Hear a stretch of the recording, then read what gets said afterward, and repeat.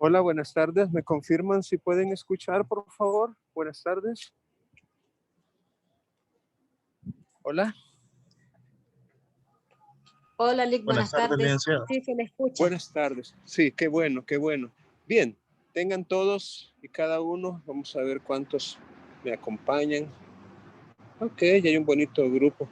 Perfecto. Miren, la actividad de hoy, y considerando que esta semana es dedicada para la evaluación del cómputo, lo que llamamos normalmente el parcial, ¿verdad? Parcial 1 en este caso. Considerando que esta semana es para ello, normalmente no se hacen, digamos, actividades distintas, o la idea es que ustedes se concentren exclusivamente en esa actividad que equivale al 40% de la nota del cómputo. Y por eso se nos pide que tengamos siempre la videoconferencia, pero más bien para resolver algunas dudas, inquietudes, contestar algunas preguntas, de preferencia relacionadas con la temática, ¿verdad? Ya sea de la actividad misma para esa semana o de actividades previas. Es decir, ustedes pueden, y de hecho la oportunidad la tienen ahorita, para formular preguntas, de tal manera que en la medida que ustedes hagan preguntas, pues estaremos resolviéndolas. Y si no tuvieran preguntas o se abordaran las preguntas que han hecho o han tenido, pues hasta ahí llegaríamos. Así que con eso en mente, se abre el micrófono para aquel o aquella que desee formular alguna pregunta. Así que tiene la oportunidad ahorita.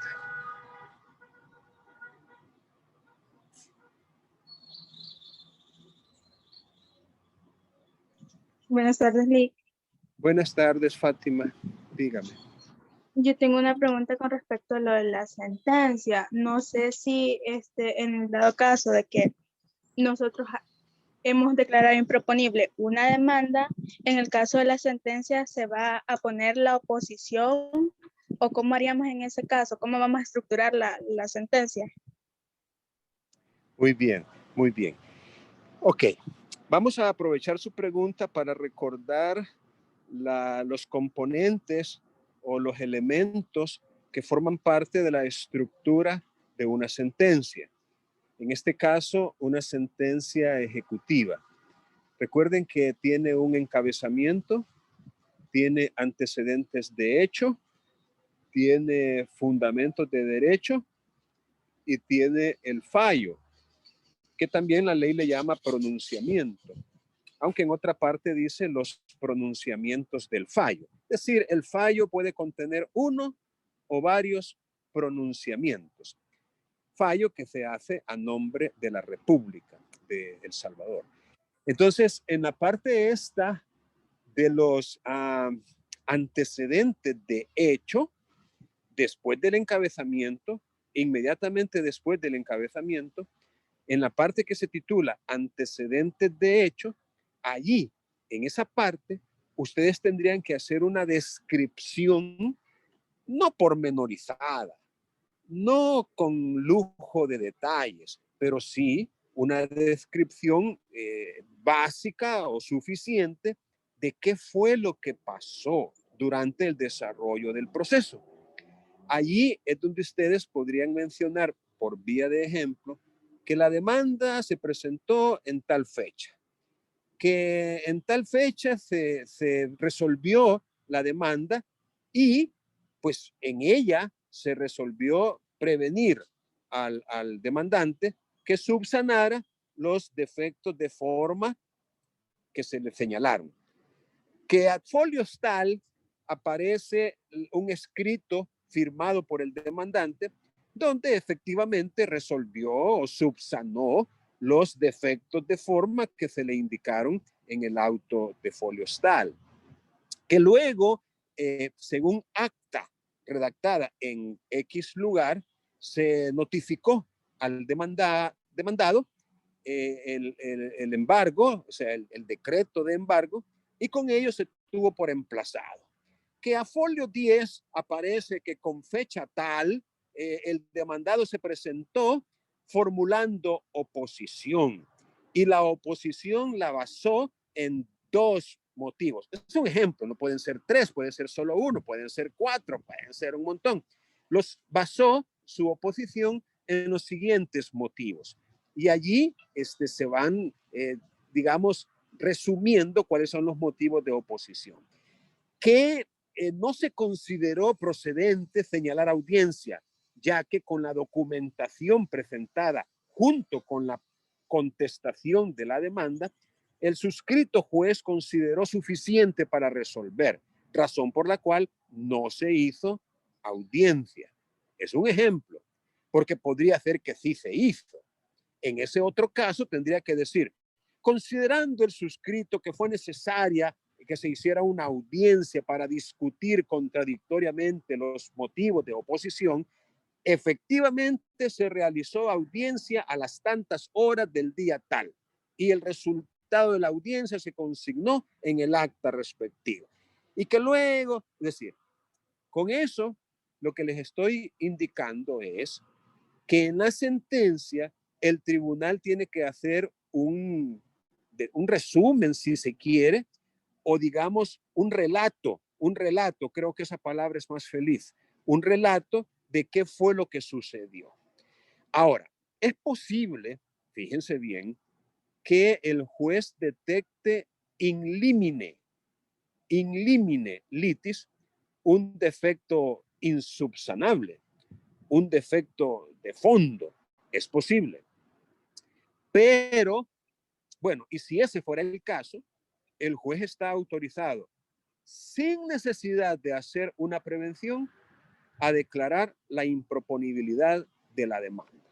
Es decir, si él, de su propia iniciativa, gracias a ese estudio de fondo y de forma que le hace a la demanda, si él descubre un defecto insubsanable, la ley lo autoriza para declarar la improponibilidad in limine litis, sin necesidad de prevención, como quien dice, de una sola vez. Pero en la mayoría de los casos, en mi opinión, en la mayoría de los casos, la improponibilidad no es detectada in limine. ¿Por qué? Porque el motivo de improponibilidad no es notorio, no es evidente, no es conocido así de forma automática por todo el mundo, ¿no? Sino que es un motivo que permanece oculto, digámoslo así, al juez y al tribunal. Entonces, en la mayoría de los casos, la improponibilidad es solicitada por el demandado. Es decir, es el demandado el que pide que la demanda se declare improponible por esta y esta y esta y estas razones. Es lo que se conoce como improponibilidad sobrevenida. Sobrevenida significa que es posterior a la admisión de la demanda. De ahí su nombre, sobrevenida o superviniente se le puede llamar también. Es decir, lo que significa es que no es in limine litis, sino que es in persequendi litis, es posterior a la admisión. Entonces, si ustedes consideran que la demanda adoleció de un defecto, es posible que ustedes ya la declararon improponible. Es posible, es posible. Entonces, yo les decía que para cumplir con los objetivos de esta actividad, que es redactar una sentencia, que ustedes podrían como hacer una nueva resolución, pues, o sea, la sentencia, y en ella declarar la improponibilidad, cosa que también se puede, aunque, por supuesto, ya no tendría el carácter de ser una sentencia, ¿verdad? Sino más bien un auto definitivo. Pero para los propósitos de esta actividad, yo creo que es válido que usted haga el encabezamiento, haga los antecedentes de hecho, haga los fundamentos de derecho y luego la resolución, que en este caso sería la improponibilidad de la demanda. Es más, usted podría, como quien dice, en consecuencia de todos los considerandos anteriores, declárase no al lugar la acción ejecutiva intentada. Ese sería un pronunciamiento. declárese no al lugar la pretensión ejecutiva contenida en la demanda, como literal A. Luego, literal B, declárase improponible la demanda de Marras, la demanda de Marras. Otra forma de decir la demanda en referencia o la demanda relacionada o la demanda susodicha, es decir, la demanda que se presentó. Entonces, contestando su pregunta puntualmente, yo les sugeriría que hagan el ensayo de la redacción de una demanda, que hagan el encabezamiento, que hagan los antecedentes de hecho, tal como se los acabo de explicar, que hagan los fundamentos de derecho. Ojo, si usted va a declarar la improponibilidad de una demanda, no tiene que ser sin motivación, no tiene que ser sin fundamento alguno. Todo lo contrario, necesita fundamentarla, necesita motivar su resolución, pues de lo contrario deviene en injusta esa resolución. Tiene que haber argumentación jurídica, es decir, usted, en este caso, actuando como juez, como tribunal, tiene que dar las razones que justifican esa declaratoria de improponibilidad y tiene que fundamentarla en disposiciones legales pertinentes. No puede ser caprichosa, no puede ser antojadiza, no puede ser infundada o no fundamentada. Tiene que tener su correspondiente motivación jurídica. Muy bien. ¿Alguna otra pregunta que deseen hacer? Licenciado, soy Sujei. Es Dígame, que Sujei. a mí me surge una duda bien. Ay, no hallo cómo resolverla. Es que vaya, cuando en el caso del fondo, digamos, ahí dice que hay una resolución de imposición de multa y narra los hechos, pero en los requisitos para que pueda ser un proceso ejecutivo se dice que debe ser una deuda líquida o liquidable, pues tener todos los requisitos, ¿verdad? Pero a mí me surge esa duda de que el requisito del plazo vencido no lo veo en esa resolución. Entonces, yo estaba analizando que entonces no entra en mora. No sé si es por el tipo de resolución que no es en sí digamos, por ejemplo, un contrato que ha sido que está vencido, no entra en mora, no entra en un interés. Pero a mí me surge esa duda que como en la resolución no dice el plazo para que la persona que no presentó el aporte para los créditos del fondo, no dice el plazo para que esa persona cancele la multa. Entonces, creo que es escaso en ese requisito, entonces no se puede hacer un proceso ejecutivo, pero no sé si es por el tipo de resolución. Esa duda me está dando vuelta y no he podido dormir. Muy bien. Vaya, así pueden tener ustedes una idea de la clase de vida que tienen los jueces, ¿verdad?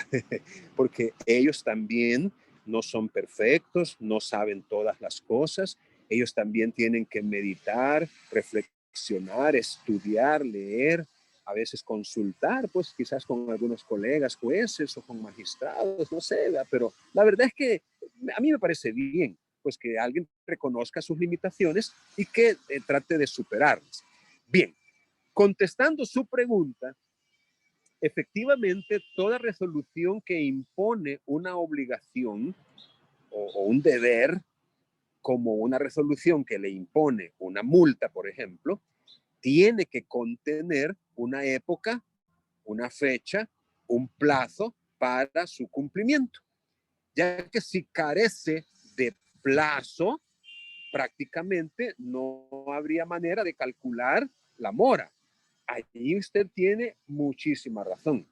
Entonces, yo lo veo como que habría que hacer una resolución fundamentada precisamente en la carencia o falta de un elemento sine qua non del proceso ejecutivo, como lo es una deuda exigible. En este caso podrá ser muy líquida, podrá ser muy liquidable, podrá constar en un instrumento que según la ley trae aparejada ejecución, porque es uno de los documentos que expresamente la ley le concede esa fuerza. Pero si no tiene una fecha en la cual se deba cumplir, yo comparto su duda, o mejor dicho, su inquietud, la comparto en el sentido de que no habría manera de establecer que hay una mora, que la obligación es exigible precisamente por no contener un plazo o fecha a partir del cual se pueda exigir. Entonces, la resolución, en mi opinión, ustedes como equipo podrían discutirlo y arribar a una opinión distinta, ¿verdad? Pero en la opinión mía, tendría que desestimarse la acción ejecutiva. Tendría en el fallo que decirse no al lugar a la acción ejecutiva por faltarle uno de los requisitos indispensables para que se pueda proceder ejecutivamente. Esa sería como mi opinión. Y se fundamentaría precisamente en esas disposiciones legales que requieren que la deuda que conste en ese título sea exigible, actualmente exigible, que no haya ni condición ni plazo pendientes. Y en este caso, al no haber plazo, pues tampoco hay plazo pendiente. Y al no haber plazo pendiente, no hay ejecutividad en la pretensión que se intentó. Esa sería, como quien dice, la opinión mía y la manera en que yo resolvería, sin perjuicio, por supuesto, de que ustedes puedan resolver distinto. Licenciado, entonces yo pues tengo eso, ¿verdad? Eso me ha parecido bien porque eso es lo que yo estaba pensando hacer. Algo así, porque usted ya me lo explicó mejor. Pero en el sentido de que al principio no se declaró improponible la demanda, pero se puede hacer un defecto procesal de parte del demandado que sea la improponibilidad sobrevenida, ¿verdad? Sí. Bien, Así, o en la déjenme sentencia. aclararles, sí, déjenme aclararles que la improponibilidad sobrevenida no deriva solamente de una petición de parte, no necesariamente. El juez mismo puede advertir en el desarrollo del proceso, in persequendi litis, que existe un obstáculo que resulta insalvable como para terminar con una sentencia de fondo. El mismo juez lo puede advertir o detectar in persequendi litis. No es preciso que se lo pida la parte contraria, sino que el mismo juez puede darse cuenta. Miren, resoluciones de sala, óiganlo bien, de sala, que es un tribunal superior, que sus integrantes son electos en elecciones de segundo grado por la asamblea y que son profesionales ya afogueados. Aún hay resoluciones de sala donde ellos han detectado que in persequendi algo que no detectaron in limine. Y aún ellos dicen, corresponde entonces resolver en consecuencia. Y aún ellos ya, como que dice, ya cuando uno piensa que ya ganó el caso, le salen con que es inadmisible, con que es improcedente, con que es improponible. Entonces, no habría ningún problema en resolver así.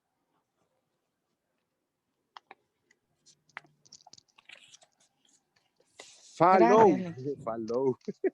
Fátima, quizás, ¿verdad? Si tiene otra pregunta. Buenas tardes. Buenas tardes, dígame.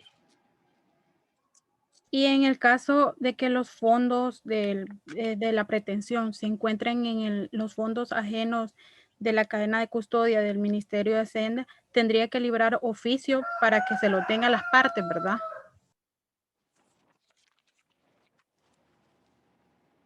Vaya, vamos a ir aclarando conceptos para que tengamos, como quien dice, un mejor uso del lenguaje jurídico. En el Ministerio de Hacienda existe una oficina, no sé cómo llamarle, pero digamos que existe esa cuenta, esa es la palabra, una cuenta de fondos ajenos en custodia. Fíjense bien cómo se llama la cuenta. Fondos ajenos en custodia. Es decir, fondos que no son del Estado, no pertenecen al gobierno, al Estado, no pertenecen al Estado. Son ajenos, pertenecen a un ciudadano, a un particular. Pero ¿qué resulta? Que en ese caso, el departamento correspondiente dentro del Ministerio de Hacienda se convierte en un depositario de esas cantidades o sumas de dinero, en un depositario. Entonces, cuando el juez requiere que alguna cantidad se consigne en depósito, ellos como jueces no están autorizados para recibir esas sumas de dinero y para guardarlas ellos, ya sea en sus propios bolsillos o ahí en su escritorio o en alguna caja fuerte que puedan tener ahí en el tribunal. No, eso es prohibidísimo. Si un juez hiciera eso, correría el riesgo hasta que lo destituyan, porque eso no se debe hacer. Para eso existe el fondo o la cuenta de fondos ajenos en custodia. El juez ni siquiera toca el dinero con sus manos, simplemente hace un oficio dirigido a la colecturía departamental correspondiente o al Ministerio de Hacienda directamente si estuviéramos en San Salvador, en donde le pide que reciba en depósito la cantidad de tanto que el señor o la señora fulana de tal ha depositado para garantizar, por ejemplo, las consecuencias del proceso que se identifica con el número de referencia tal. Y entonces, por favor, deposítelo en la cuenta de fondos ajenos en custodia. Ok. Entonces, en el ministerio le reciben el efectivo y lo guardan en algún banco del sistema, pero en esa cuenta. Allá a los meses, a los años, entonces el mismo juez, no la persona, sino el cargo, el mismo juez que ordenó que se depositaran, manda un nuevo oficio ordenándole al Ministerio de Hacienda que le entregue esa suma de dinero al señor fulano de tal o a la señora fulana de tal, que puede ser la misma persona que consignó ese dinero o puede ser persona diferente. Entonces, contestando su pregunta, efectivamente el fondo, o mejor dicho, la cuenta, tiende a confundirse, la cuenta de fondos ajenos en custodia es o funciona a petición de un juez, tanto para recibir sumas de dinero como para entregarlas. En ese sentido, el Ministerio de Hacienda no es más que un simple depositario judicial, ¿por qué no? Porque es el juez el que ha dado la orden de que se reciba en depósito una suma de dinero y luego, a los meses, a los años, a los días, que se le devuelvan o que se le entreguen a otra persona distinta, mediante oficios o comunicaciones oficiales que se dirigen de parte del tribunal hacia esta misma oficina. Muy bien. ¿Alguna otra pregunta que tengan?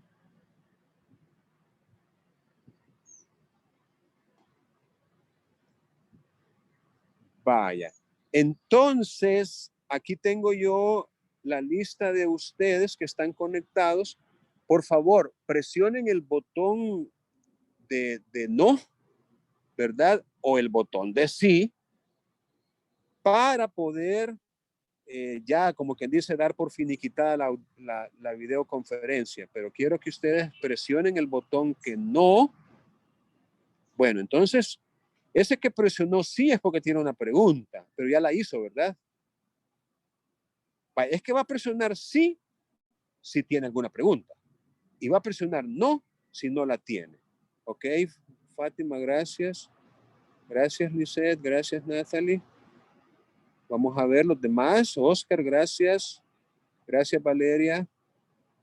Vamos, quiero que todos. Gerson, gracias. Gracias, Farid. Gracias, Cristian. Gracias, Adilia.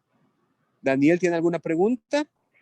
Sí, licenciado, lo que pasa es que como Ok. entré un poquito tarde, yo tengo una vaya. duda. Vaya, por ejemplo, en el caso que a mí me tocó, en la demanda que admití, se declaró embargo, ¿verdad? Por un bien inmueble de la persona que estaba siendo demandada. En el caso que yo admití la demanda, yo tendría que hacer entonces, como en el papel de juez, una resolución sería, en el caso sería, usted estaba mencionando los tipos de resoluciones. Sería una resolución no definitiva, ¿verdad? Vaya, ahorita le explico. Nosotros en este momento ya estamos trabajando la sentencia o resolución final. Se puede entender que es definitiva porque le pone fin al proceso ejecutivo.